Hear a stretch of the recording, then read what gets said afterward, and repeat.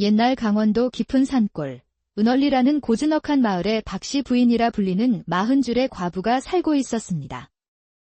젊은 나이에 남편을 여의고 금지옥엽 외동딸 연화만을 바라보며 살아온 그녀의 얼굴엔 근심이 가득했지요.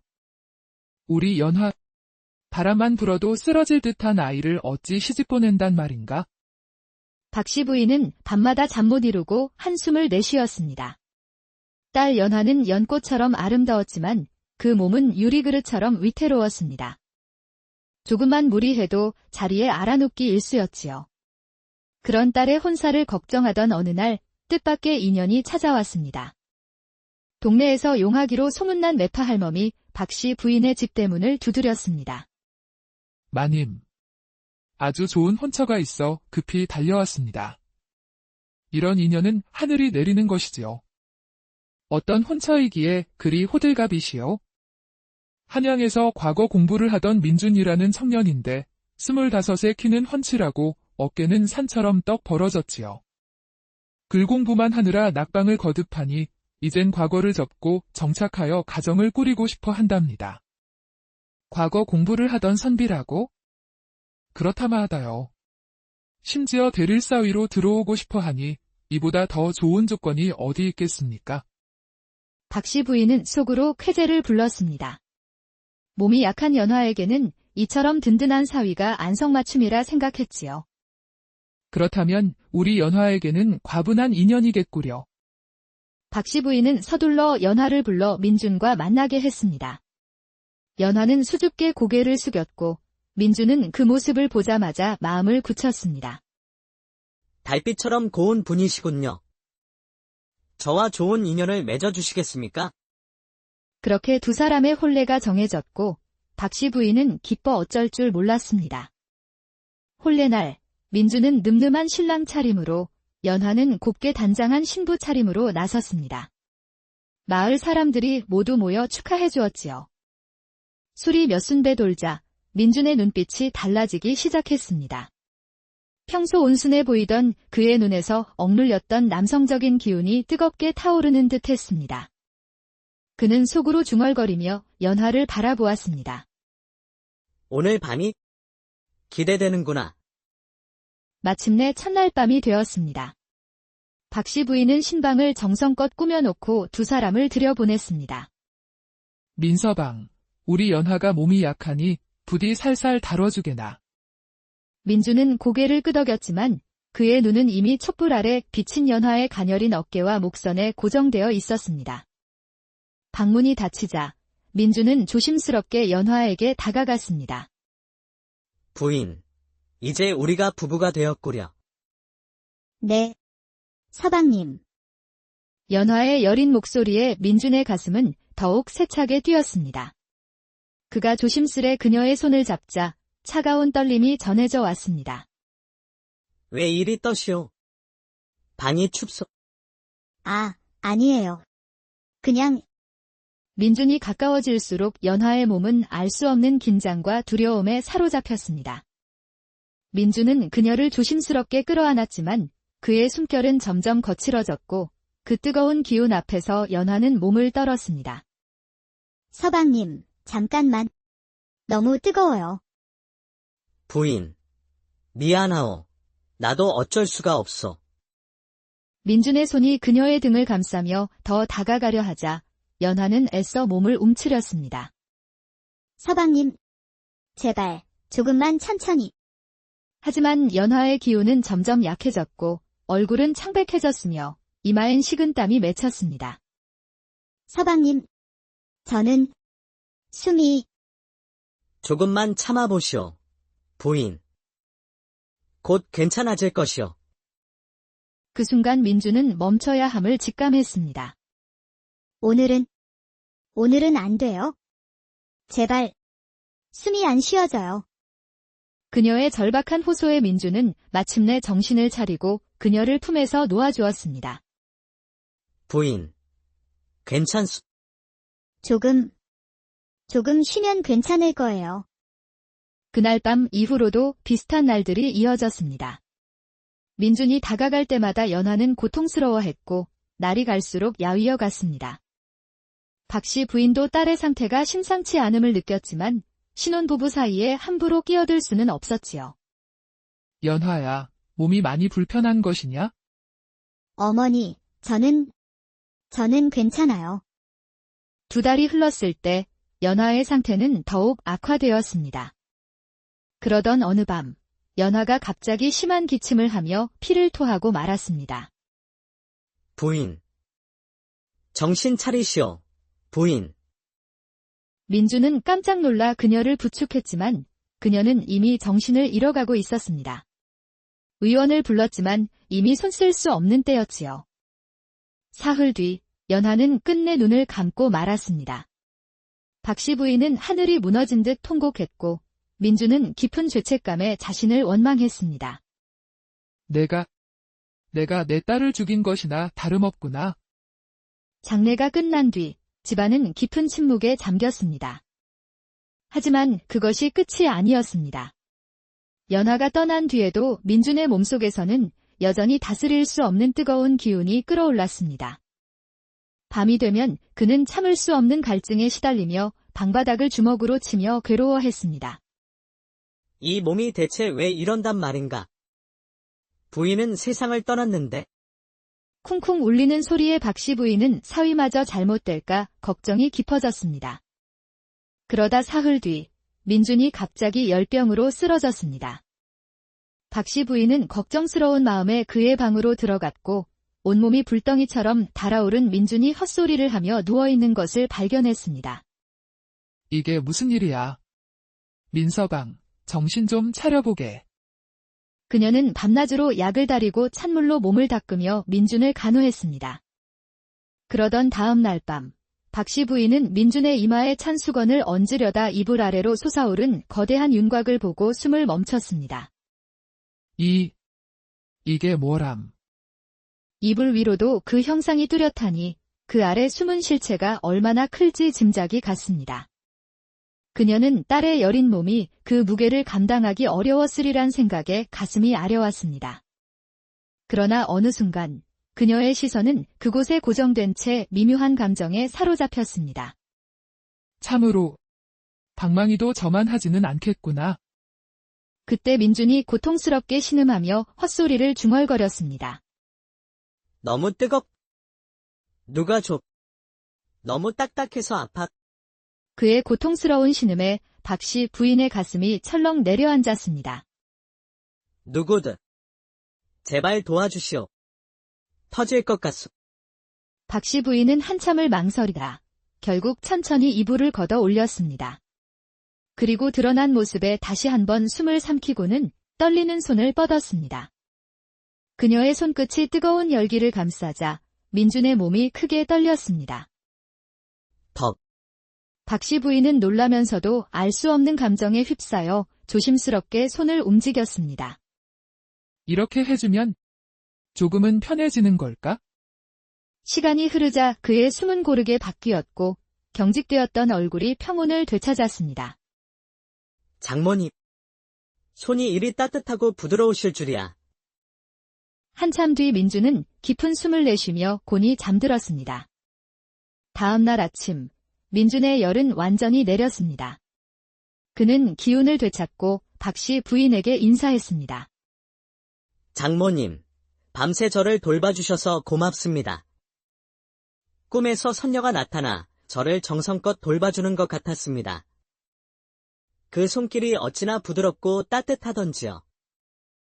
박 씨 부인은 깜짝 놀랐지만 그가 아무것도 기억하지 못하는 듯해 더욱 당황했습니다.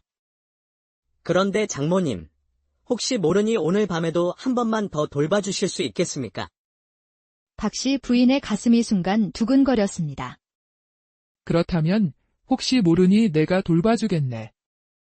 며칠이 지나고 어느 저녁 장독대에서 박 씨 부인에게 민준이 조심스럽게 다가왔습니다. 장모님, 제가 아팠을 혹시 무슨 일이 있었는지요? 무슨 일이라니. 그냥 물수건으로 열을 식혀준 것뿐이라네. 그런데 이상하게 꿈에서 어떤 여인이 저를 정성스레 돌보는 기억이 너무나 생생합니다. 특히 그 따뜻하고 부드러운 손길이.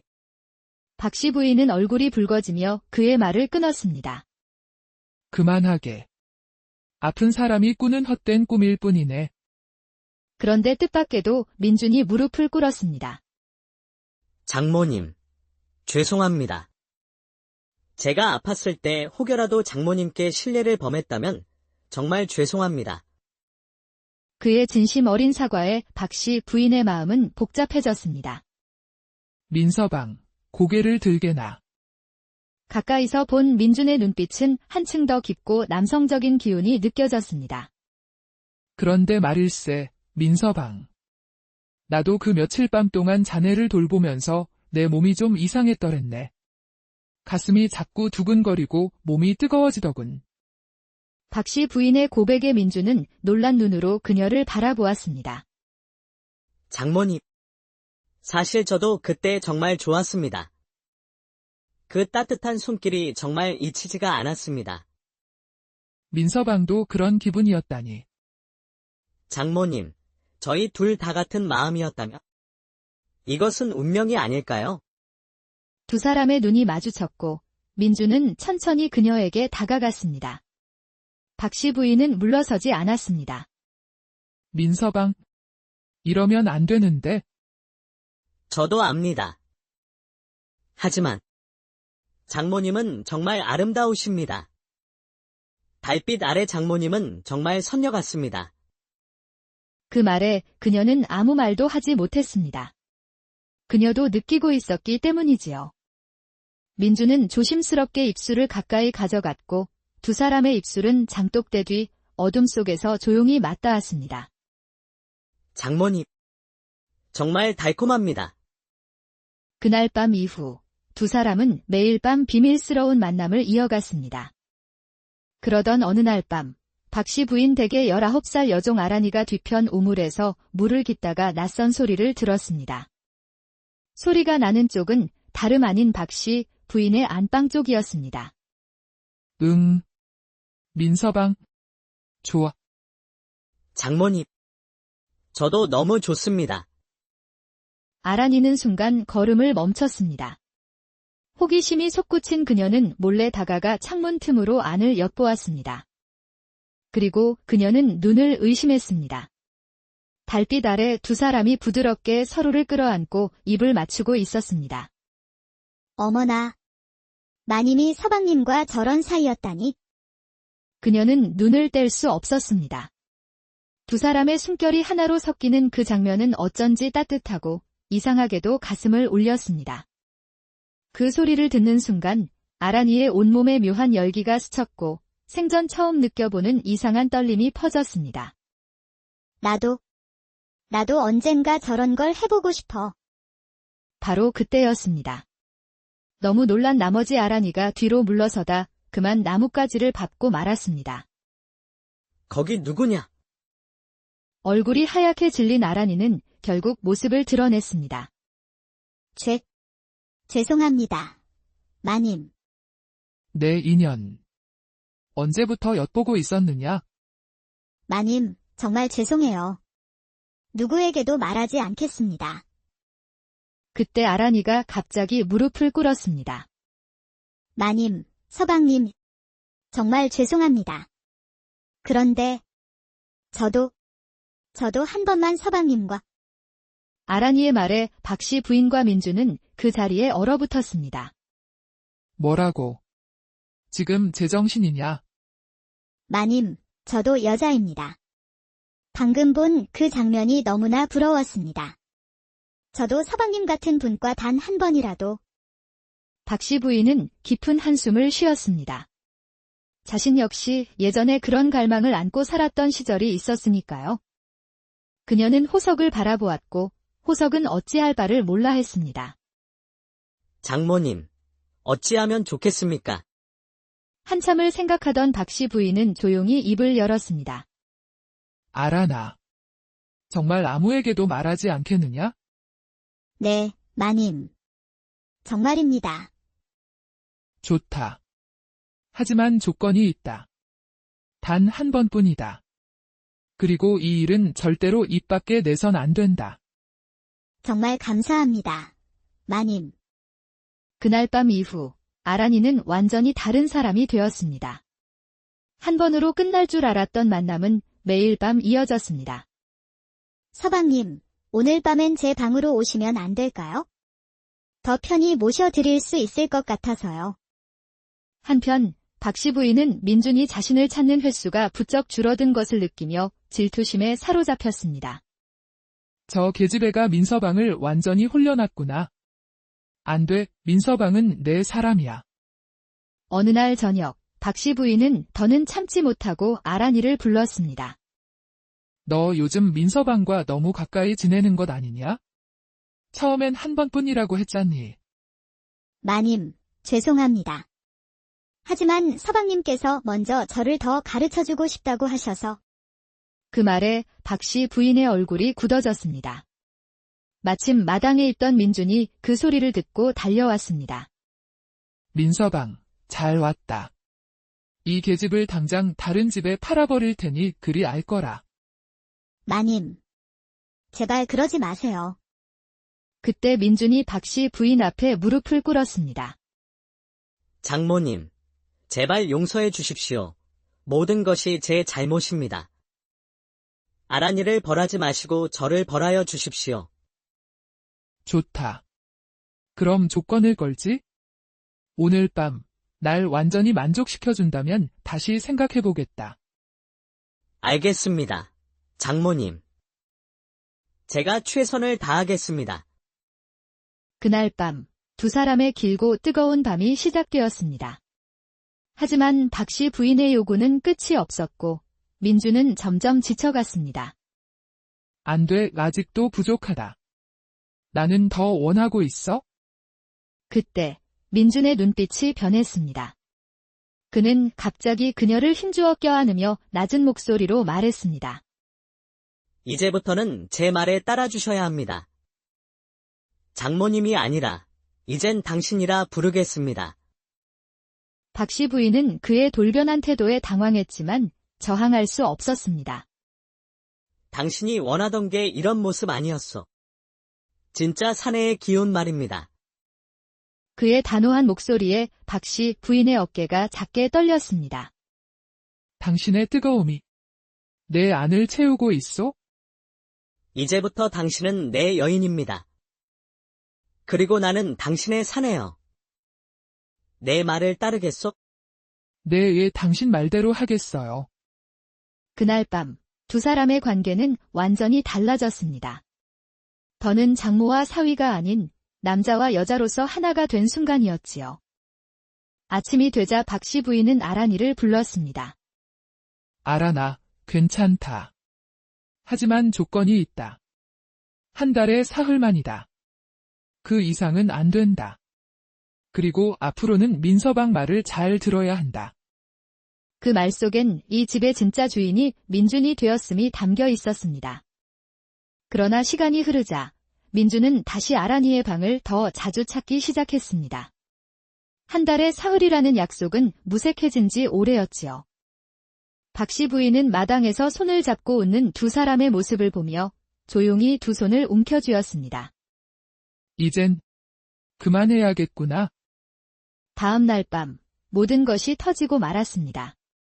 박씨 부인은 아란이의 방문을 거칠게 열어젖혔습니다. 내 인연. 내가 너를 어찌 거두어 주었는데 감히. 장모님, 진정하십시오. 진정. 이게 진정할 일이더냐. 민서방, 날 이리 취급할 수 있단 말이냐. 박씨 부인은 굳은 얼굴로 대문 앞에 섰습니다. 아란아, 이 집을 떠나거라. 그리고 민서방, 자네도 떠나게. 난 자네를 더는 붙잡지 않겠네. 내 사람이라 착각했던 게지. 결국 민주는 고개를 숙이고 짐을 챙겨 떠났고 아란이도 울며 그의 뒤를 따랐습니다. 몇 달 뒤 박씨 부인은 마당에 홀로 앉아 있었습니다. 조용한 바람이 불어와 장독대 위 마른 낙엽 하나를 떨어뜨렸습니다. 사랑이든 욕심이든 결국은 다 지나가더라. 그 말에 대답하는 이는 없었습니다. 욕망으로 타올랐던 시간도 젊음에 느꼈던 질투도 한때는 전부였던 사람도 결국 세월 속